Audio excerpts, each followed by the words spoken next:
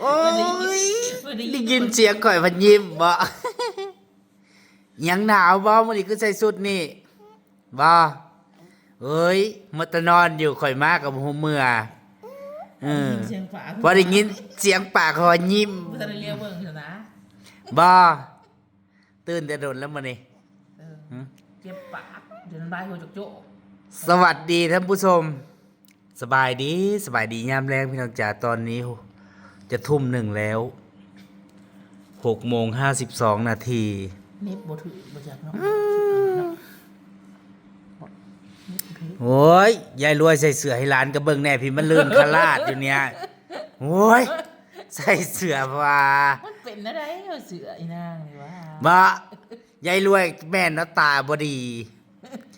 เน็บกระดุมเสื้อกาลื่นกันอยู่ใช่บ่ถูกข้างนึงสั้นข้างนึงยาวเนาะเนาะได้ยินบ่ฮะได้ยินเสียงแล้วหัวเลยอยู่แต่กับยายรวยนี่แต่ละมื้อนะ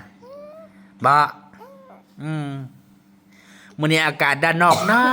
นาวพี่น้องค่ำมาไปแห้งกันหนาวกว่าเมื่อวานอีกหนาวกว่าเมื่อก่อนอีกหนาวแห้งมื้อนี้นะทำอะไรถึงแล้วใครเอาให้ลงต่อใส่เสื้อ2ตัวเอาบ่อยู่รู้สึกว่าหนาวบ่คิดบ่ฝันว่าเมษาแล้วยังสิมาใส่เสื้อกันหนาวอยู่เนาะคือบ่ใส่ถุงมือถุงตีนมื้อนี้บ่ได้หนาวนี่เฮือนมันเปิดพัดลมด่าอยู่ในแล้วมันอากาศบ่เข้าอยู่นอกแล้วมันลมอากาศเย็นเจ็บปากบ่มื้อนี้บ่เจ็บจนละมือเลยเจ็บปากบ่เดี๋ยวนี้ฮะโจกอยู่ให้แม่ไปเอาดอกไม้มาเขาเจ้ามนต์ให้เอาสิขวบมีแล้วเอาขวบมาซะมื้อนี้น่ะในยายรวยมันไหลออกน่ะเสร็จให้แน่นี่ว้ายใช้ปากแม่อาจารย์เป็นแบบเศษผ้าหามาโทษเดี๋ยวนี้มื้อนี้มันไหลในปากนะลูกกูโอ้ยลูกกูปากนั้นเศษมันไหลลงคอเนาะเบิ่งลูกเบิ่งให้สิได้ลงคอลูกละมันเจ็บปากมันไรสิขวบอะไรนะข้าพเจ้าของเป็นยังคือได้ที่เขาจะเจ็บปากดูอินเมื่อเสร็จแหละแม่เสร็จเช้าเสร็จแรงอยู่ว้ายทูแห้งสิบืนไปใช้เดี๋ยวนี้ทูแห้งพูดบะสิบืนไปใช้มันชกกระปกอย่ามาลูกสิบืนไปใช้อย่ามาพี่มาฮะมันชกกระปกอย่ามาพี่ลูกมาไปอย่ามาผ่าบางทีนะมันออกผ่าแล้วนี่ถึงหามมาว้ายสิไปแล้วป่ะเดี๋ยวนี้คอแข็งแล้วพี่น้องยอต้องงองอยู่ตะกินน่ะนักหัวได้เฮ้ยอยากไปแล้วป่ะเดี๋ยวนี้อยากย่างแล้วดีใจโอ้ยดูเอาแค่เด็ก3 เดือนเองพูดอยากไปเอาไปคานไปคานไป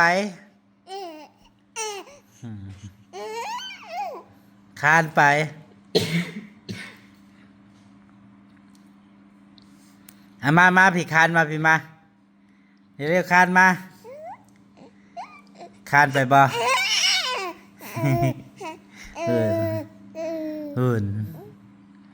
คานมาได้ยินเสียงปากของหัวไว้จ้ะได้เสียงปากไปใส่จำเสียงก็ได้พูด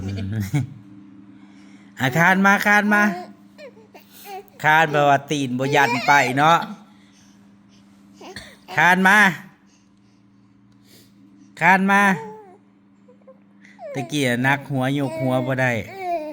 เดี๋ยวนี้ยกได้แล้วดึกไป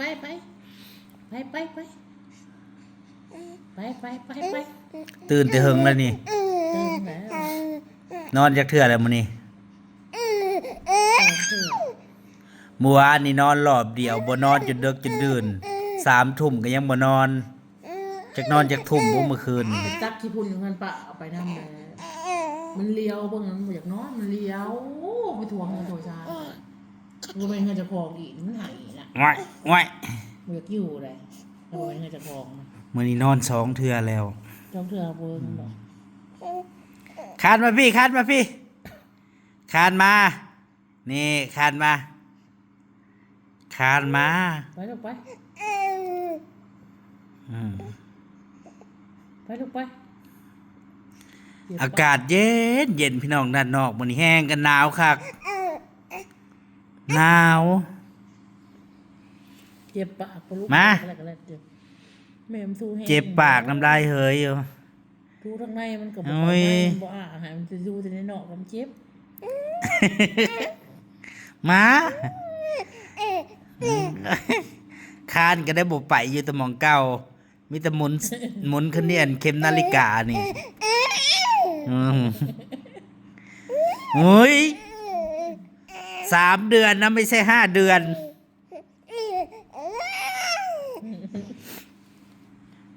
ยังอีก13 มื้อพี่น้องก็สิครบ4 เดือนแล้ว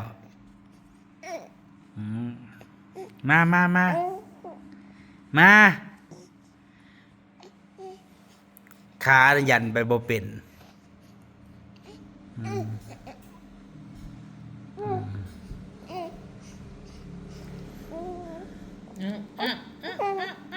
ดึกหันมาพี่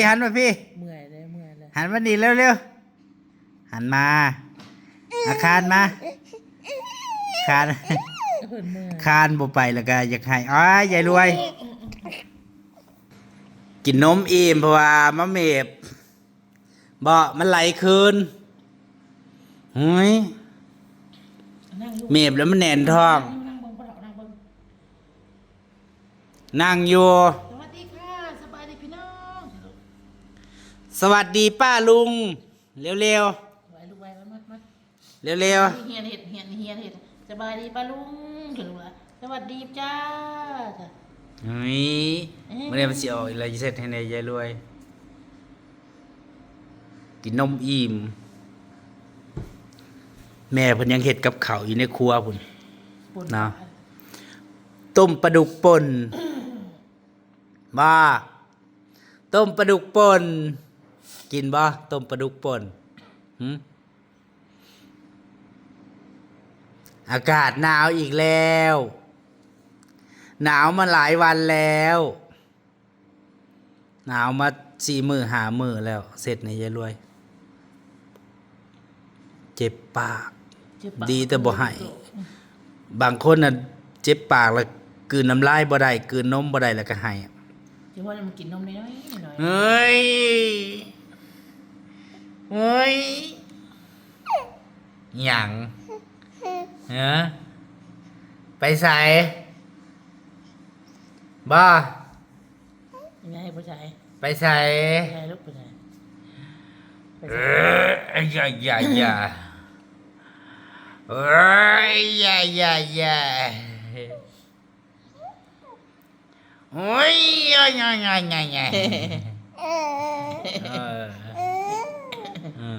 จักเว้าอีหยังเด้เพิ่นก็อยากหยอกอยากเล่น อย่าออกอีก ว้ายหน้ามนต์เมืองกึ่งคือยายรวยบ่ฮะ อ้าว เขาว่าหน้าคือยายรวยบ่นี่บ่เออมือใดฮ้อนๆก็ใส่เสื้อผ้าบาง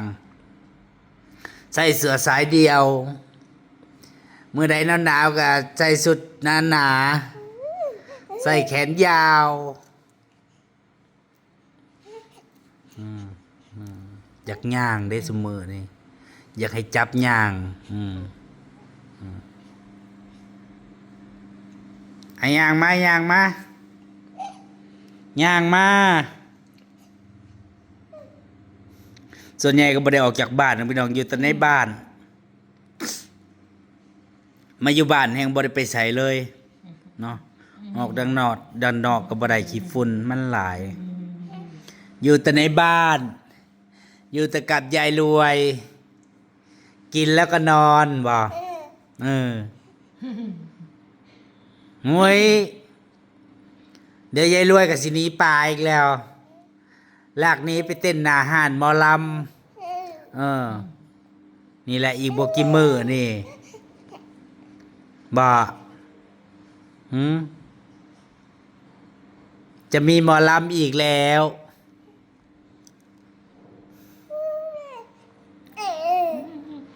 อิหยังอิหยัง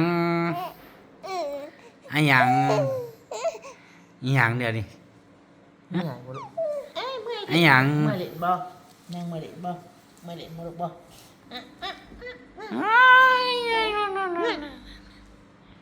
ไม่นั่นโอ้ยไก่ยาน้ำลายเลยน้ำลายไหลแล้วเจ็บปากท่านผู้ชม เจ็บดูเจ็บปากคนหน่อยทูในปากมันแห้งบ่ ดีแล้วบ่เป็นหวัดอากาศหนาวอากาศเปลี่ยนแปลงเนาะดีแล้วบ่ยังเป็นหวัดเป็นไอเป็นไข้ที่บ้านมีคนเสียอีกแล้วท่านผู้ชมเขาจะเอาลงมือใดบ่ มือมีคนเสียชีวิตอีกแล้ว มือแล้วที่จะมือจ้ะทำจะมือจ้ะ บ่บ่บ่นอนบ่มื้อนี้สินอนจักโมงเมื่อคืนจนดึกให้นอนก็บ่นอน3 ทุ่มยังบ่นอน 10 โมงแม่นบ่10 โมง 11 โมง 10 โมง พุ่นจน4 ทุ่มกว่าบ่เมื่อวานนอนรอบเดียว บ่นอนยาวเลยได้ฮอดตี3ตี4มานอนน่ะ บ่ตื่นแล้วติ นอน ฮะอีหยังอยากไปใส่อยากไปใส่ ไปจะไปลูกไป อันยางอันยาง คำมาจะงอแงเลย อยากเลาะเล่นอยากไป ไปลูกไป ว้าย ไปลูกไป เป็นหยังไงเหรอไปยางอยากนอนอีกว่าไม่ให้นอนใช่จังหวะอยากนอนเล่นอีกนอนเล่นตึ้ง นอนกันจะได้กับความอีกนี่สิความอีกบ้าฮะสิความเลยดูท่านผู้ชมมันความได้นะท่านผู้ชมซุมื้อนี้ว่าจะปงความเตรียมคานแล้วแน่นท้องจะได้กันไหลออกเอาไปเอาไปไม่อย่าเฮ็ดหยังเฮ็ดหยังแทนเสือเอาขึ้นเนี่ยมันดึงบ่ได้เบิ้งแม่เอากรอบคนไหนเบิ้งแม่กรอบคนไหนเอามาคานมาบ่ไม่ทางไหนกินเขาแล้วบ่จะเข้ามาไม่เอามาคานมาเร็วไปลูกไปคานมาไม่ข้ามาแล้วงอแงกูมือเทิงขวบก่อนเลยงอแงเลยเจ้านี่อะไรขวบก็งอแงเลยเจ้านี่อยากนอนบ่ฮะอยากนอนบ่อยากนอนเนาะอยากนอนบ่ผมไปนอนอู่พุ่นไปนอนอู่พุ่นนอนอู่ไปลูกไปบ่บ่อยากไปนอนอู่อยากไปนอนอู่ไปนอนอู่ไปให้ยายรวยพาไปนอนอู่อยากไปนอนเล่นในอู่น่าจะออกไปนาลูกออกว่านามื้ออื่นบ่ฮะสิใส่ผมปลอมอีกบ่ฮะคือแนมอยู่บ่แต่ว่าคันนอนเล่นในอู่เพิ่นนอนเล่นเด้อยู่นี่นางที่ขึ้นอู่บ่ลูกบ่ขึ้นอู่บ่เอาขึ้นมานอนเร็วๆลูกบ่หมอหน่อยนางมานอนเร็วๆ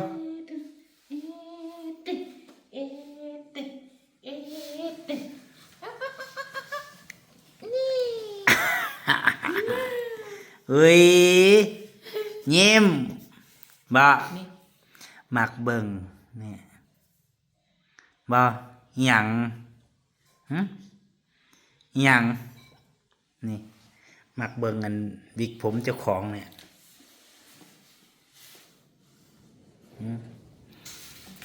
นอนบ่ด้านนอกลมแห้งแห้งบึมบึม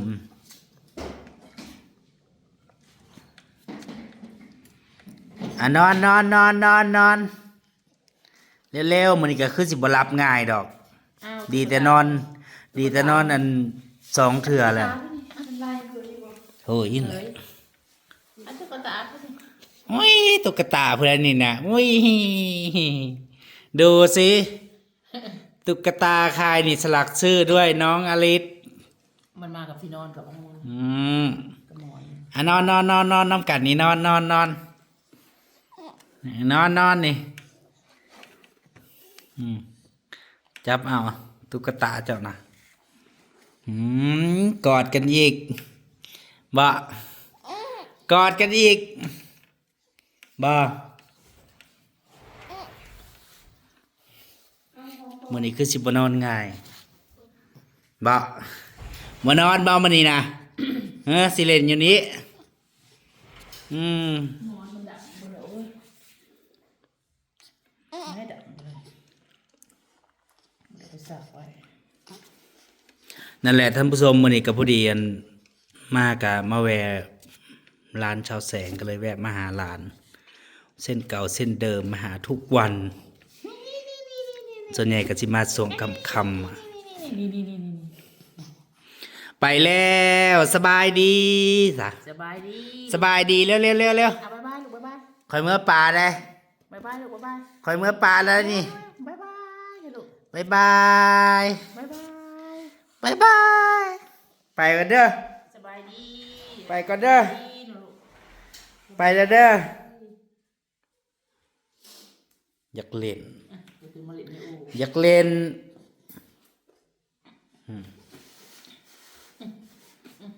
ขนอนอยู่นอกพอความ